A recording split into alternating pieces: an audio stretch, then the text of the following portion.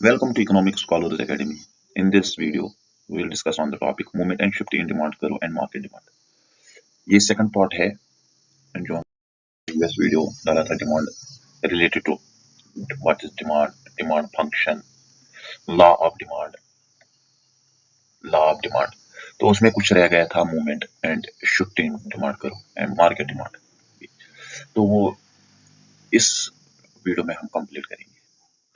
Demand करो हमने पढ़ी थी, उसमें क्या है? डिमांड करो simply show the relationship between the price of a good और service and the quantity demanded. Price and quantity demanded के बीच में क्या रिलेशन है वो हमने देखी थी।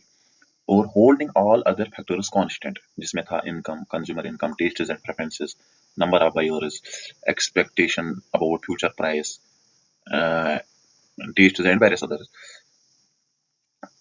डिमांड करो जो हमने देखा था डिमांड फंक्शन में कि वो डाउनवर्ड स्लोपिंग होती है, indicating that there is inverse relationship between price and quantity demand. Now we will discuss on the movement. Movement क्या होती है? Movement along the demand curve. Movement A movement along the demand curve occurs when the quantity demanded changes due to change in the price of the good, holding all other factors constant. जो हमने पढ़ा था quantity demand is equal function of price of related goods, taste and preferences, number of buyers। हमने फिर demand function में ये देखा था कि quantity demand equals to A minus B P. P जो है वो प्राइस होता है, मतलब क्वांटिटी डिमांड जो that depends upon the price, all other things, all other factors remaining constant. ये तीन बाकी जो वेरिएबल है वो हमने कांस्टेंट रखे थे।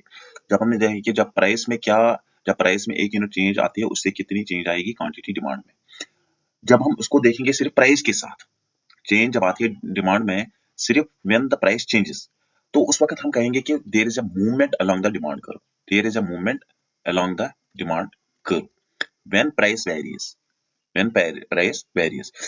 तो उसमें टू टाइप्स की मूवमेंट आती है। वन इज एक्सट्रैक्शन या extension, second is the contraction in the demand curve. Suppose हमारे पास एक ग्राफ है यहाँ से सपोज हम प्राइस ले लेंगे, यहाँ से क्वांटिटी डिमांड। सपोज इस टेबल को लेके चलते हैं। When price is 10,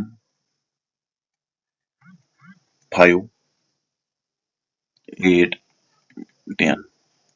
when price is 5, quantity demand, ये जब सबसे कम है, लो है, तो उस वक्त डिमांड सबसे ज्यादा होगी। ये हमने देखा है 150। प्राइस इंक्रीज हुआ, डिमांड फॉल हो गई 120। प्राइस इंक्रीज हो गया, डिमांड फॉल हुई 100।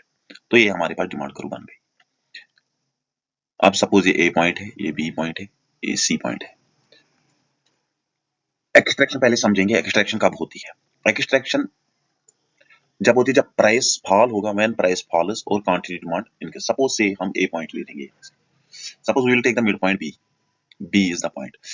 मार्केट में प्राइस चल रहा है 8, उस वक्त क्वांटिटी डिमांड है 150।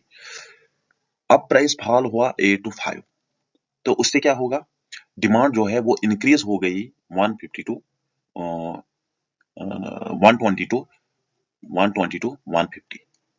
प्राइस डिमांड इंक्रीज हुई, तो क्या हुआ, बी हमने शिफ्ट किया। डिमांड करो कहां से शिफ्ट हुई, चेंज हुई from B to C, from B to C.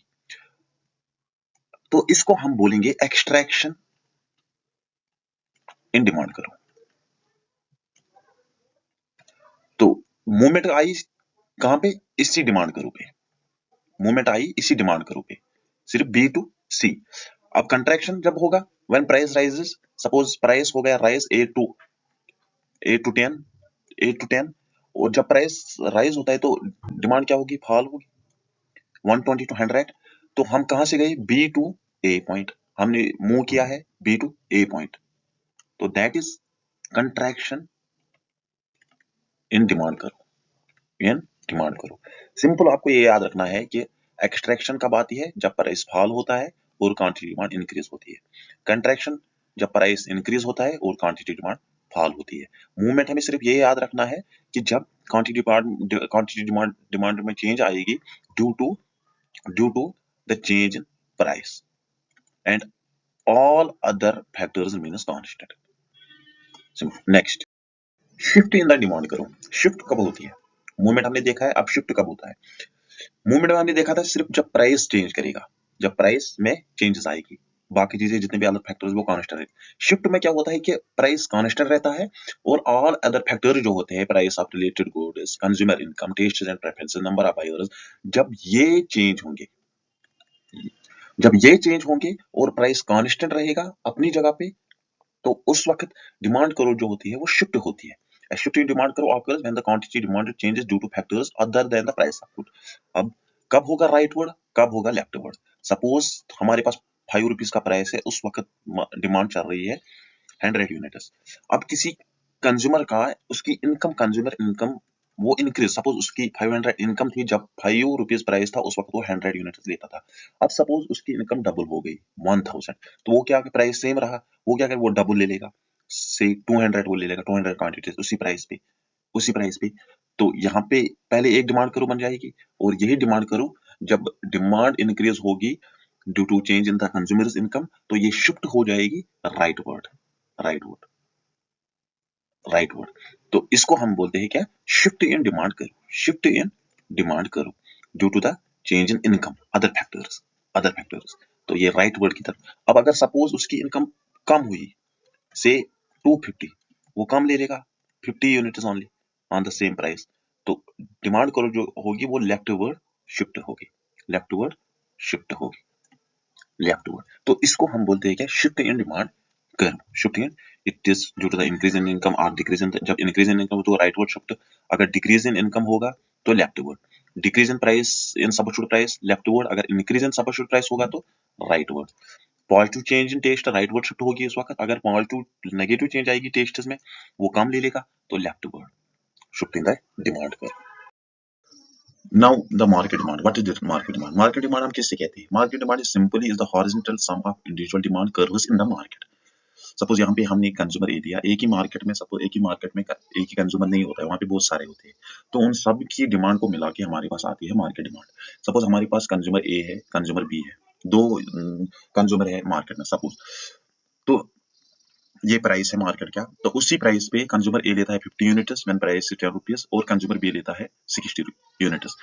तो टोटल मार्केट डिमांड हमारी बन जाती है हमारे पास कंज्यूमर ए की और कंज्यूमर बी की डिमांड 50 प्लस 60 110। ऐसे ही सेम जब प्राइस फॉल होता है तो इंक्रीज होगी डिमांड, तो मार्केट डिमांड बन जाएगी 70 प्लस 80। ऐसे ही सेम वैसे। तो अगर ग्राफ पे हम दिखाएंगे, ये सिंपल है, सपोज प्राइस है, क्वांटिटी डिमांड है, उस वक्त ये ए का ग्राफ है, दिस इज बीस graph, price quantity demand. Suppose यहाँ पे 5 है, उस वक्त लेता है 100 यूनिट्स। सपोज कंज्यूमर बी 5 पे, तो उस वक्त वो लेता है 90 यूनिट्स। तो मार्केट डिमांड 5 पे 100 प्लस 9 190, 190। तो ये बन जाएगा सिंपल मार्केट डिमांड करो, मार्केट डिमांड करो। Thank you.